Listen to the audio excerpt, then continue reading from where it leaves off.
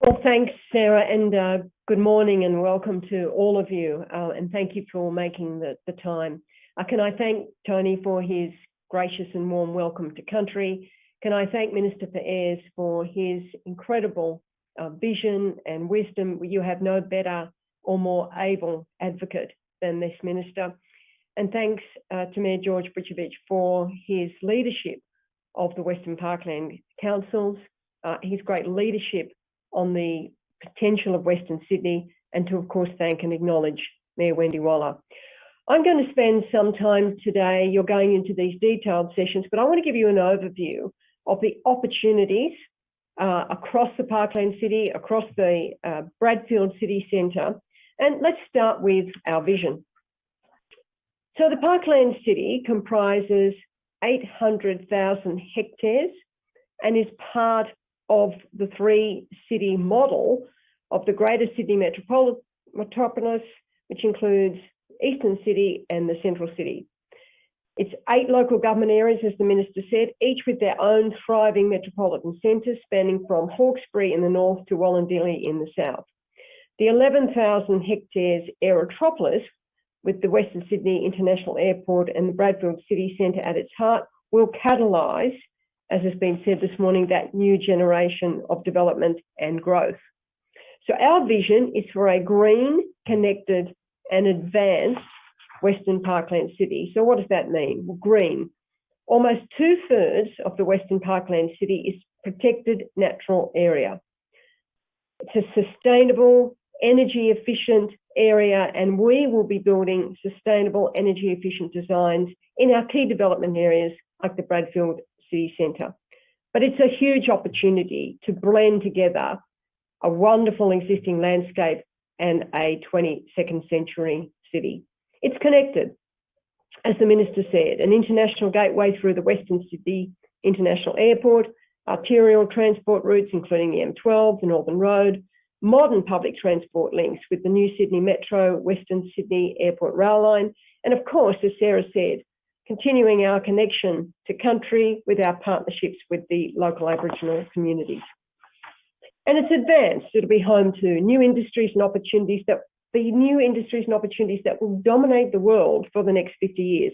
High-tech manufacturing, new defence and space opportunities, education, cybersecurity, and it will be a hydrogen-ready city.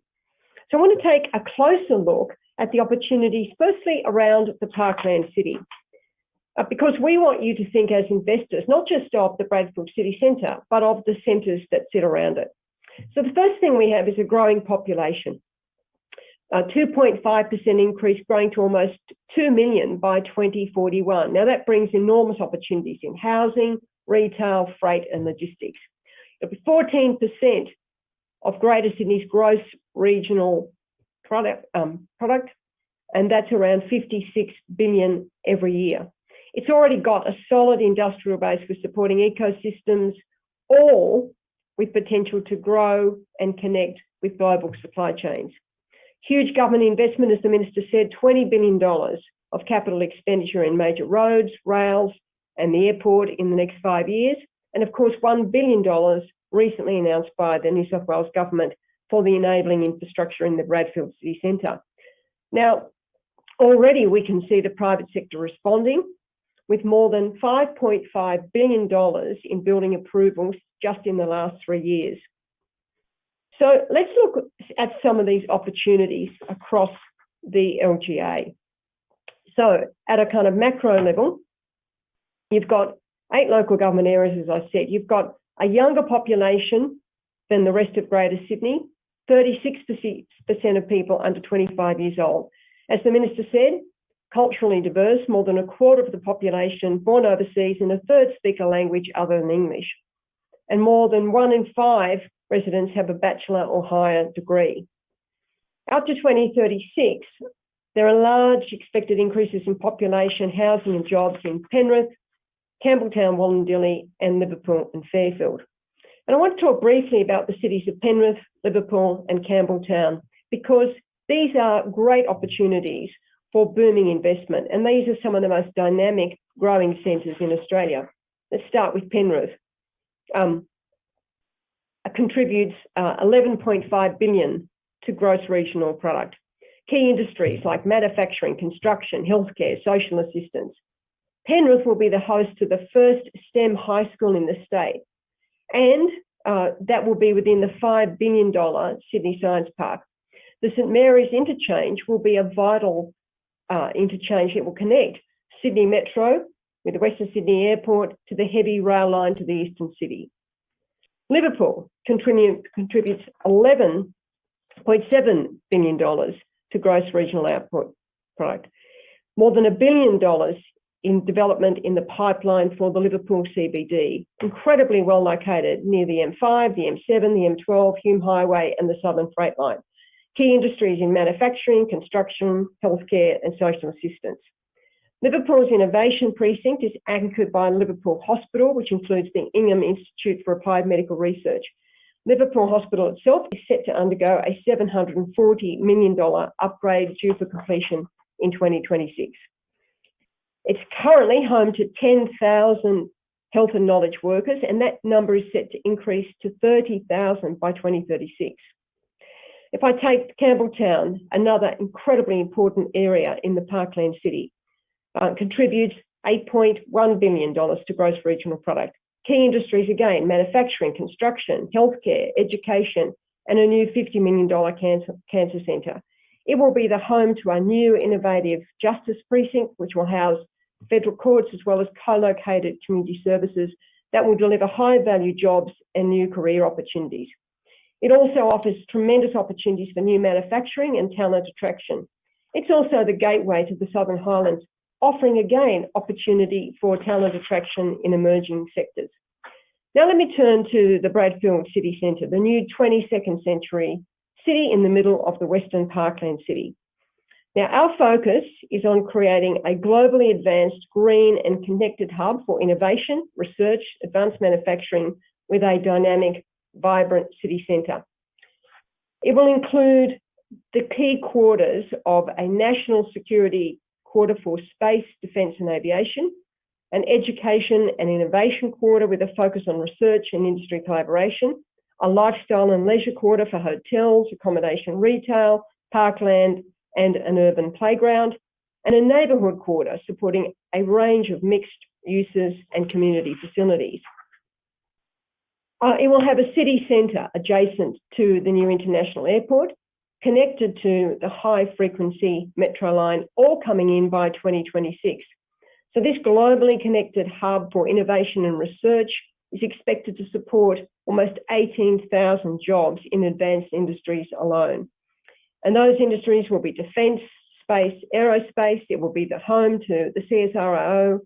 It will be the home to a new multi-university campus, and it will be the home to world-class companies bringing in those new high-tech, high-skilled industries and jobs.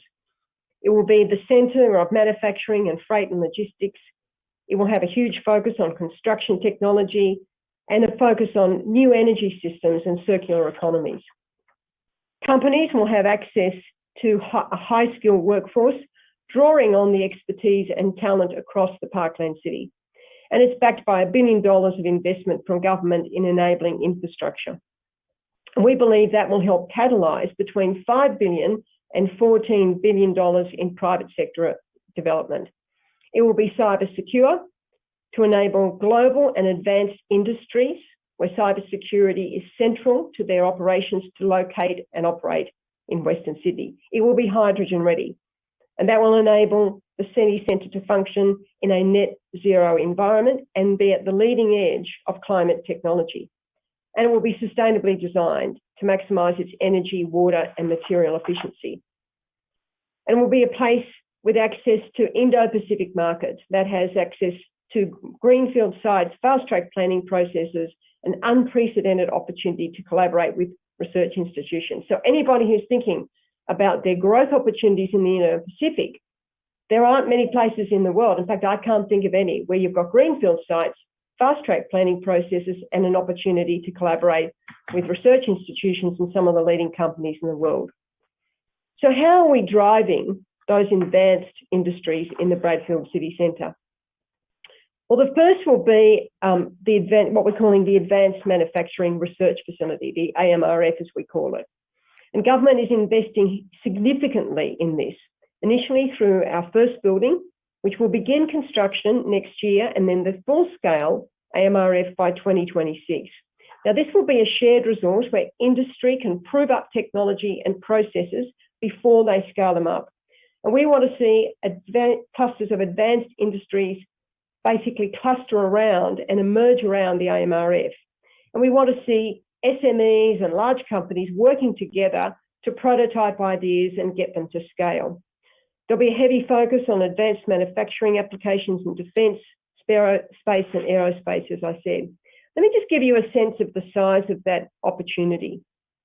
Australia alone has a defence budget of $575 billion over the next decade to 2030. This includes $270 billion in investment in new and upgraded sophisticated electronic capabilities, which have traditionally been imported. And there will be further opportunities that materialise from the federal government's landmark agreement between the UK, Australia and the United States.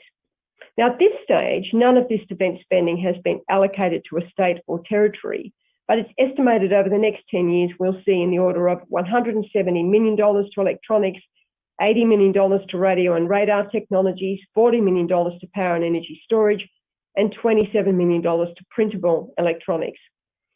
If you think about that, just think about the semiconductor market, which is worth $425 billion a year, with the packaging, test and integration segment alone worth $30 billion. Now, across all these sectors, Australia is looking to increase our sovereign capabilities, and we want to make the AMRF and the Bradfield City Centre the epicentre of that investment and that activity. So what's the best way that we can successfully tap into those emerging markets and those emerging technologies? Well, we believe the first thing is the access to talent and skills.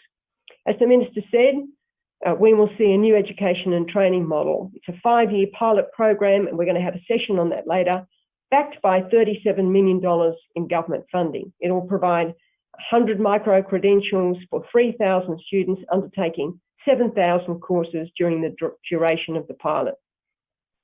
It directly supports our ambitions for those advanced industries in the Bradfield City Centre, and it will focus on attracting those companies from around the world, those companies in Australia, to come and develop their talent in Bradfield and across the Parkland City. And it will address many of the gaps in an otherwise strong investment attraction package. It's a mechanism to upskill employees in key areas to rapidly meet the growth needs of these new industries so that people can get micro-credentials and allow people who are working in traditional manufacturing to upskill into advanced manufacturing. And that, of course, is often a difference in salary of around $20,000 a year. It's a flexible model. It's a very much an industry model, and I'll talk a little bit more about that at the beginning of that session. So it's a huge opportunity to create the skills that we need in Bradfield, but more importantly, across the Parkland City.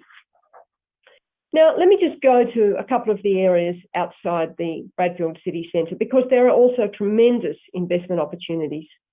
The first of these is north of the airport, which is the Northern Gateway. And this will form part of the airport interface and an employment precinct with links to residential areas in North Luddenham. Now, the development opportunities here could include commercial offices, visitor accommodation, creative industries, health and education, freight and logistics. Now, modern supply chains are going to drive a more advanced economy. I don't think I talk to any company in the world where supply chains are not maybe the third or fourth thing they talk about after talent. And we want as many of those retail and sophisticated supply chains who want access to automation, proximity to freight and airport, as well as consolidated distribution centres. We want them to think about locating in that Northern Gateway. Now, if I turn our attention to the southern side of Elizabeth Drive, what we call the agribusiness precinct. Now, if I think about the world's emerging middle classes, the demand for high quality, value-added agriculture products is a massive opportunity for Australia. But of course, the big issue is how do you actually get that freight, get that product into markets quickly. And we believe that the new agribusiness precinct, which you'll hear about this afternoon, is a huge opportunity to move freight from farm gate to plate, as we call it. So a curfew-free airport can really unlock the potential of this sector, meaning that producers can ship their products exactly where they need to be to the plate of almost half the world's population in 36 hours. The 24/7 operations will also enable other industrial capability for time-sensitive freight, pharmaceuticals, cold storage freight, live export, as well as manufactured products that are needed for just-in-time delivery. The Western Sydney International Airport Cargo Precinct will have the capacity to ship 220,000 tonnes per annum when it opens. And we'll hear again a little bit more about that this afternoon. There are tremendous opportunities for the private sector to invest here in freight and logistics and the operations that support those high-value agriculture and other products that I've talked about. In our agribusiness session this afternoon, we'll be releasing a new study into what a good integrated logistics hub air freight interface, a bit of a long word, is going to look like. And we've drawn that from examples around the world. And importantly, this afternoon, we'll be launching a request for information from industry and landowners to help connect great ideas and investment. And what we see will be one of the great opportunities around this precinct. So this afternoon, when you hear that, we're really looking forward to getting your views and to seeing you collaborate on how you can help us achieve this vision. So what's our role as the authority in all of this? Well, first of all, coordinating the planning, the infrastructure around the Parkland City in conjunction with local government to make sure it meets the needs of industries, of workers, and that it's forward-looking. Crucially, we have got a role in investment attraction. We're focused on getting the right businesses, the right industries, so that we can create those ecosystems that create those new industries and those new jobs. We'll be linking industry players together. We'll be linking them with local government. We'll be linking them to education providers. And we will be procuring and designing the skills they need. And of course, we'll be delivering the key features of the Parkland City, including the Bradfield City Centre, the first building and enabling infrastructure, and as we've said, the AMRF out into 2026. I want you to also be aware of the other things the New South Wales government is doing that make investment really attractive. So the New South Wales government is supporting business with a program called Jobs Plus. And this is a $250 million program, and it's designed to support companies who want to bring forward or expand their footprint in New South Wales. And it aims to reduce the establishment cost and financial risk and increase the speed of getting things up to market and unlocking opportunities. And there's 6 elements: a concierge service to help business navigate across government agencies, payroll tax relief for up to 4 years, subsidised training package rebates, enabling infrastructure rebates, access to subsidised government accommodation, and assistance with those important planning approvals. Now, this package, plus our coordination, education, infrastructure coordination role, I think offers a serious competitive advantage for industries wanting to locate to Bradfield or locate to the Parkland City more broadly. And of course, you'll be building on some tremendous partnerships that are already there. And you can see on the slide here some of the great industry partners that are already in the Aerotropolis. Can you just put the next slide up, please? Thank you. Some of the leading companies of the world, some of the great institutions of Australia. You've also, as you've heard today, going to be investing in an area where there is an unprecedented cooperation between local government, between the federal government, and between the state government. And you'll also be investing in an area where there is an unprecedented cooperation across the New South Wales government, an unprecedented leadership by the new Premier, by the Minister, by all ministers who see this as a huge opportunity for the state. Our task is to bring industry, government, and the community together to deliver that prosperity. So turning to the question on anybody's mind, when will we see these opportunities come to fruition and how can we get involved? We've put up a bit of a timetable here. And today, as I've said, we'll be opening up a number of market soundings across the Bradfield City Centre, including the city development, agribusiness, and our new education model for you to participate.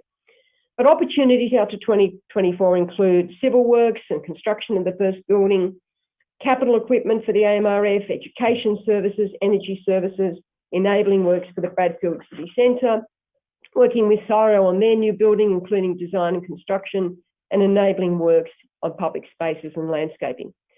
So let me wrap up by thinking about this from the investor's point of view. The opportunities in the Bradfield City Centre and in the Parkland City are simply enormous.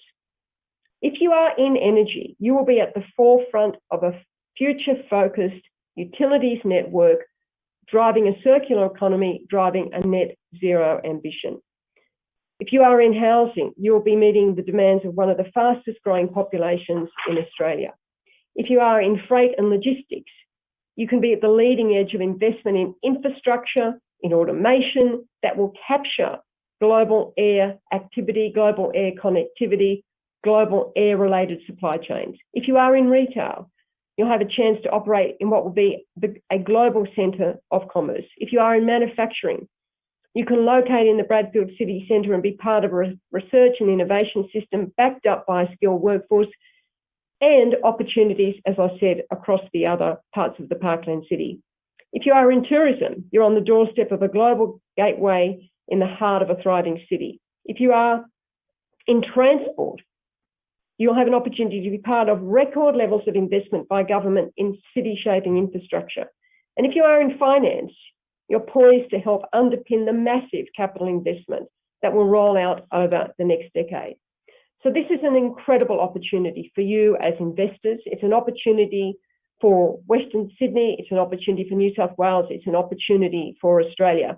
I believe this is going to be at the centre of Australia's economic recovery from COVID, but more importantly, it's going to position Australia for that next 30 years of prosperity that we've enjoyed to date. So I hope you find the rest of the day informative and helpful. I hope that you come on board as an investor, a provider, a partner, because I think together we are going to transform Australia through the Parkland City. So I'll hand back over to Sarah, and in doing so, thank her for her tireless commitment and leadership and her incredible intellect that she brings to her job. Back to you, Sarah. Well, thank you, Jennifer, and thank you for those kind words, but also thank you for setting that important city context, as well as the detail of what's going to follow today. Most critically for us, though, that incredibly important call to action and call to partner with us to get things done. Now, Jennifer, if I may just take the opportunity of a couple of excellent questions that have been coming through to us while you've been presenting and following on from the Minister's great enthusiasm and direction. The first question I'd like to ask you is really picking up on that point of direction, and the Minister's comments around the direction set within Western Sydney will set the direction for New South Wales and indeed Australia's economic recovery. Really interested in your thoughts about how some of these investment opportunities, education, training opportunities that you presented today could help really set that direction. I think most companies around the world are thinking about a few things. They're thinking about, where do I expand? Where do I get access to these incredible markets in the Indo-Pacific? And how do I get a blend of talent, sites, and being able, and logistics and supply chain access? That's what they all tell me. And I talk to some of the biggest companies in the world on a pretty frequent basis. And so I think what we offer is this capacity to bring it all together, in this location that's very close to everything that's going to have access to a curfew-free airport. But more importantly, there are not many places in the world, Sarah, where you can basically design on a footprint with no legacy assets. Now, you know, for companies that are looking in other parts of the world, the biggest issue is, well, how can I actually obtain the sites to do the sort of things I want to do, whether it's in supply chain logistics, whether it's in manufacturing, because they all require a pretty substantial input. More and more people want to bespoke those buildings, and they want to build into it that cyber resilience or that particular technological resilience. But they also want to collaborate. So they want to go to something where they can work with major research institutes, they can work with the universities, they can access the talent. And finally, and most importantly, they want to be part of a city, not an industrial park. They don't want to be on the outskirts of something as an industrial park. And we are building a city, and I think it's a very important point to make to investors today. This will be a city. This will be a city that allows industry to collaborate, to work together, to prototype ideas, to bring their manufacturing facilities to Australia or to expand them in the Parkland City. This is the sort of everything together, the ecosystem that people talk about. We're creating that. I don't think there's anywhere across the world that I can think of where investors and industry will have those opportunities all in the one place, all working together. I'd like to pick up on that, and also very much the strong commitment from three levels of government to invest in the right infrastructure to create this city. And strong commitment and some substantial investment attraction funds that you mentioned, such as Jobs Plus and so forth. I'm wondering if you could share with us your thoughts about how important business and industry is to achieving this vision for the Parkland City. How critical is that investment and really backing in and optimising that infrastructure investment from New South Wales, Commonwealth, local government? No, it's a good question. I mean, it's absolutely essential. I mean, people, the Prime Minister, the Premier Perrottet, all talk about a private sector-led recovery. But it's not just a recovery, it's the private sector that drives prosperity. Now, people would say, well, Jennifer would say that she's the head of the Business Council. But I say it not because I'm the head of the Business Council, because it's true. 11 million of the 13 million Australians who work are employed by a business. The bulk of capital is raised by companies. It's companies who trade, not governments. Governments do trade agreements, but it's businesses who trade. It's businesses who drive new products and services. It's businesses who deal with their customers. It's businesses that finance things. It's business that create the capital markets that are the engine of the world economy. And so if we don't have the private sector and investors driving this change, it simply can't happen. And this is why we have, as you know, Sarah, focused so heavily on investment attraction, because it's the private sector and it's international companies working with local companies, working with SMEs that are going to create those new industries, those new supply chains, those new jobs, those new high-paid jobs, those new opportunities for people in Western Sydney, but also people around Australia. And I think we'll look back on this, hopefully I'll still be alive, and say, you know, this was the kind of moment that Australia put itself really firmly at the epicenter of what is going to happen in the world economy in terms of the location of economic growth in the Asia and Indo-Pacific region, but most importantly, in the type of industry that's going to drive prosperity into the future. We're going to be bringing all of that together, and the private sector and industry-led participation is going to be absolutely central to it. Well, that's terrific. Thanks, Jennifer. And it's never lost on me the words of the Minister that really the investment decisions and the infrastructure that we are building in the city today really sets the direction for not only this generation, but generations to come. So what an incredible opportunity to be really a leader and to be a front runner in all of this investment and great aspiration. Now, I'm going to leave it there, Jennifer, and thank you for your scene setting and your context.